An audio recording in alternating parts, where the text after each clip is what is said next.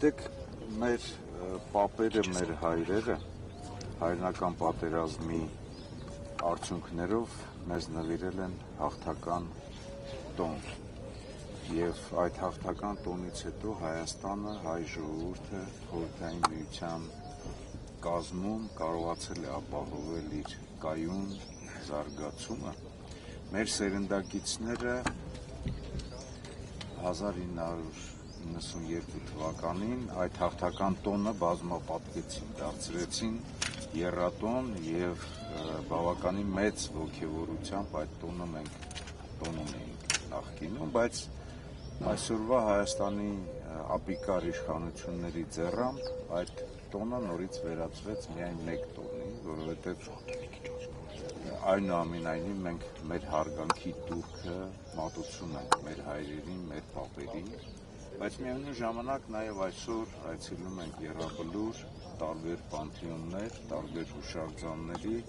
նաև մեր հարգանքի տուրքը մատուցելու արցախյան ազատամարտի մեր նորօրյա պատմության ընթացքում իրենց կյանքը մեր հայրենիքի համար տված բոլոր հերոսների հիշատակի համար և սա յուրովի կարելի ասել որոշակի առումով նաև հաշվետվություն է և բացի դրանից նաև այս տոնը, որ մի քիչ տխուր պայմաններում մենք այսօր տոնում, որովհետև մենք այսօր Արցախում չունենք հայ, Արցախը հայաթափվել է, Ադրբեջանի կողմից ցեղասպանություն է իրականացվել և այս իշխանությունները իրենց կառավարման տարիներին այնպես արեցին, որ Արցախը հայաթափվեց և նաև մեր հակառակորդները, ադրբեջանցիները հայտնվեցին Հայաստանի Հանրապետության սահմաններում, բայց այնուամենայնիվ ես ուզում եմ շնորհավորել մեր ժողովրդին, որպեսզի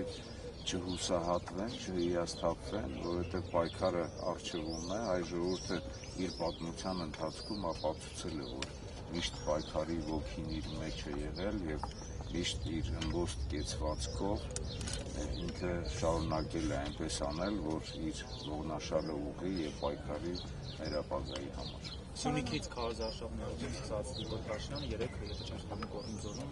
հայտարարում է, որ Ղարաբաղյան շարժումը ճակատագրական սխալ է եղել մեզ համար։ Դեք մի կողմից կարճ կարելի ասել, ինչպես կարելի է լսել մի խաբեբայի, որի կառավարման ընթացքում ստախոսությունն է հիմնական սկզբունքը եղել, և երկրորդը ինքը ոչինչ է կամ ոչնչություն է, որպեսզի որոշի Արցախի ժողովրդի կողմից իրականացված այն ամբողջ պայքարը, որը եղել է ինքնորոշման համար, իր ինքնության պահպանման համար և այդ արցախյան պայքարը վերեածվել հայ ժողովրդի ընդհանուր պայքարի և մեր նորօրյա պատմության ընթացքում նա եղել է որպես սրբություն, ի սկզբանե Արցախը Հայաստանին միացնելու համար և նաև քաղաքական առումով ճիշտ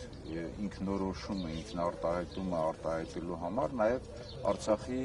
ինքնորոշման գաղափարը առաջ տանելու համար։ Դե ֆակտո Արցախը եղել է ինքնորոշված, եղել է հայկական, Հայաստանի Հանրապետության հետ միասին ինքը իր անվտանգ, կայուն զարգացումը կարողացել է ապահովել և այս առումով այսօր մայիսի 8-ն է, հիշենք ևս մեկ, այսօր մայիսի 9-ն է ներողություն, ևս մեկ իրողություն հիշենք, որ մայիսի 9-ին 2018 թվականի նույն Նիկոլ Փաշինյանը Արցախում ելույթ ունեցավ և ասաց Արցախը Հայաստան է և վերջ և ասաց հետևյալը. «Սիրելի արցախցիներ, Թավշյա հեղափոխությունը ոչ միայն չի սպառնում Արցախի ինքնորոշմանը, այլ նաև հեռանկարներ է բացում Արցախի ճակատագիրը հայկական որոշելու, Արցախի ինքնորոշումը դե յուրե իրականացնելու համար, այնուհետև նա ոչինչ չարեց կամ նաև իր գործողություններով նպաստեց, որպեսզի Ադրբեջանը հարձակվի Արցախի վրա, պատերազմի ընթացքում ոչինչ չարեց Արցախը պաշտպանելու, և Հայաստանի Հանրապետության սահմանները պաշտպանելու 2022 թվականին Պրագայում ինքը ճանաչեց Ադրբեջանի տարածքային ամբողջականությունը, ներառյալ Արցախը և այնուհետև մինչև հիմա էլ ասում են, այո, մենք ճանաչում ենք Ադրբեջանի տարածքային ամբողջականությունը, ներառյալ Արցախը, իսկ 2023 թվականին նա նաև ասաց հետևյալը, երբ որ Ադրբեջանը հարձակվել էր Արցախի վրա, այսպես ճակերտներով ասած հակաահաբեկչական հանցագործ գործունեություններ իրականացնում, ինքը նաև ասաց, որ Արցախի խաղաղ բնակչությանը ոչ մի վտանգ չի սպառնում։ Դրանով իսկ ինքը կանաչ ճանապարհ բացեց ադրբեջանցիների գործողությունների համար, դրանով նաև ինքը ասաց, որ ոչինչ թող հարձակվեն իր ենթակայության տակ գտնվող Արցախի պաշտպանության բանակի վրա, քանի որ, ասենք, խաղաղ բնակչությանը ոչ մի վտանգ չի սպառնում։ Այն պարագայում, երբ որ բանակը իրեն էր ենթարկում եւ ինքն էր պարտավոր այն հերոսական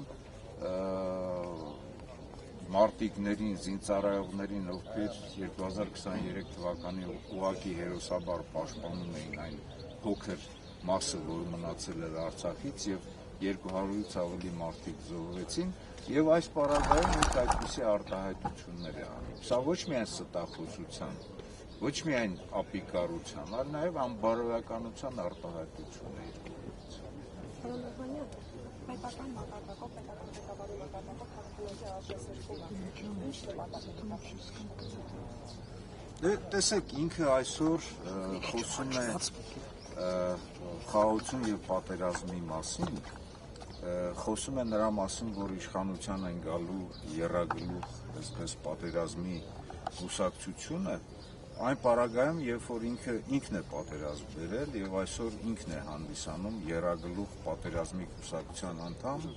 ուրեմն Էրդողանի եւ Ալիևի հետ միասին։ Նրանք այսօր իրենց արժեվ նպատակ են դարձրել, որպեսզի նսեմացնեն մեր ինքնությունը, նսեմացնեն մեր բոլոր հաղթանակները, նսեմացնեն մեր հերոսներին, ովքեր մեր ամբողջ պատմության ընթացքում հերոսաբար մարտնչել են մեր ինքնության համար։ Տեսեք, մենք այսօր մեր պատմության ընթացքում հերոսական ճակատամարտեր ենք նշում, օրինակ նշում ենք Ավարայրի ճակատամարտ, Սարդարապատի ճակատամարտում տարած հաղթանակները, այսօր նաև տխուր պայմաններում նշում ենք Շուշիի ճակատամարտում տարած հաղթանակը 1992 թվականին, այսինքն մեր պատմությունը հիմք է նրա համար, որպեսզի մենք արժևորենք այն կարևոր պահերը, դրականը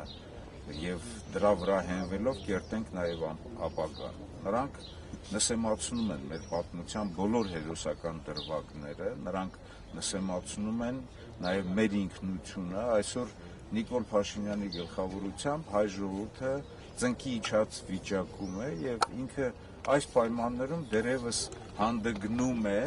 եւ բարոյական իրավունք է իրեն վերապահում, որպեսզի մոլորեցնի մեր ժողովրդին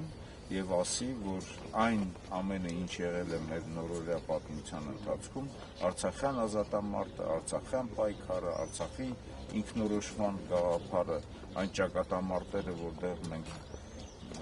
հաղթանակներ ենք տարել, այն մարտական գործողություններում, որտեղ նույնիսկ մենք նահանջ կամ պարտություն ենք ունեցել, բայց հետագայում նաև վերարժևորել ենք, վերագնահատել ենք եւ նաև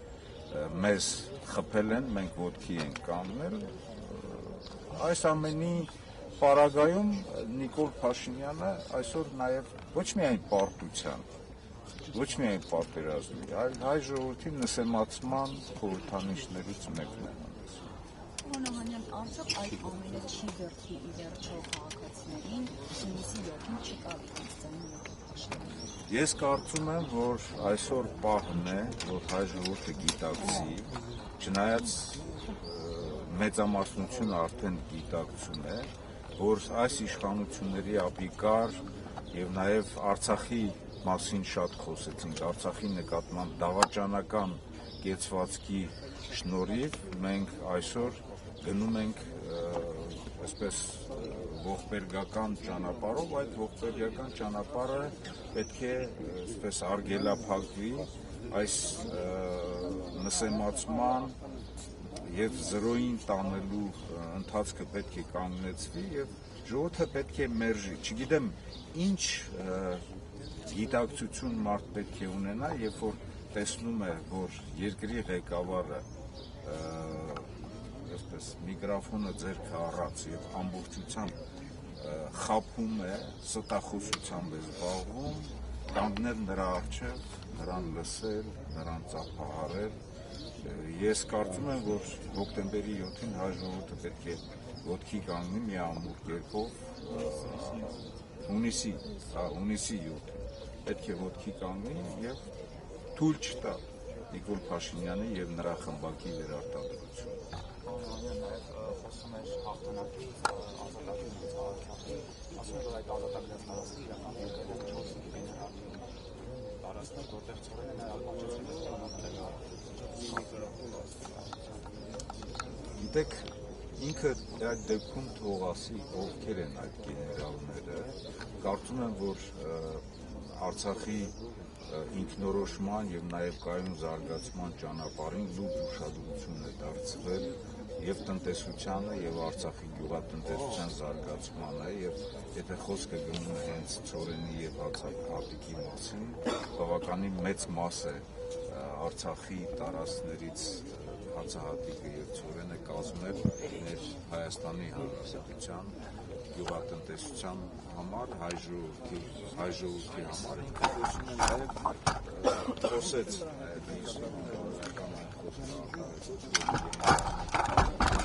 ես մի քանի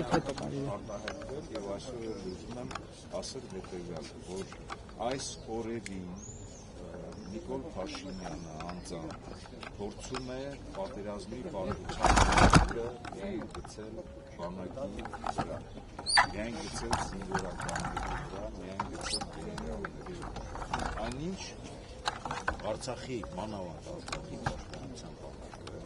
283 կիլոմետրից մեկ ամիս մինչև հոկտեմբերի 27-ը, սեպտեմբերի 27-ից մինչև հոկտեմբերի 27-ը պահել է եւ բարոյասել